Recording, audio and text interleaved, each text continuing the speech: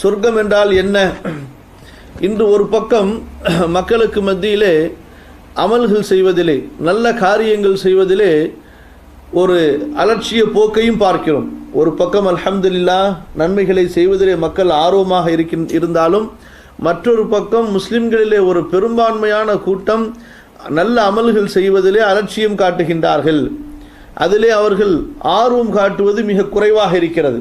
இதற்கு என்ன காரணம் என்றால், நல்ல அமல்களை செய்வதின் மூலமாக அல்லாஹு தஆலா கொடுக்கக்கூடிய உயர்ந்த வெகுமதிகள், சொர்க்கத்தினுடைய உயர்ந்த தன்மைகள், அந்த வெற்றியை பற்றி அவர்களுக்கு சரியான அறிமுகம் இல்லை. அதனுடைய மகத்துவத்தை அவர்கள் சரியாக புரிந்து கொள்ளாத காரணத்தால் அதற்காக அவர்கள் தியாகம் செய்வதற்கு, உழைப்பதற்கு, சிரமம் எடுத்து அதற்காக அவர்கள் தங்களுடைய நேரங்களை செலவழிப்பதற்கு தயாராக இல்லை. ஆகவேதான் சொர்க்கத்தை பற்றி தெரிந்து கொள்வது இஸ்லாமிய அடிப்படைகளிலே மிக முக்கியமான ஒன்று. அல்லாஹு தஆலா மக்கா வாழ்க்கையிலே இறக்கிய குர்ஆனுடைய பெரும் பகுதி சொர்க்கத்தை பற்றி தான் இருக்கிறது.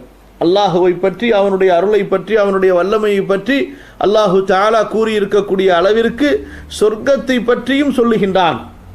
காரணம் என்ன? இறை நம்பிக்கை என்பதும், இறை நம்பிக்கையை சார்ந்த நல்லமல்கள் என்பதும் சொர்க்கத்தின் மீது நம்பிக்கை ஏற்படுவது கொண்டுதான் உறுதியாக, ஆழமாக அமைய முடியும்.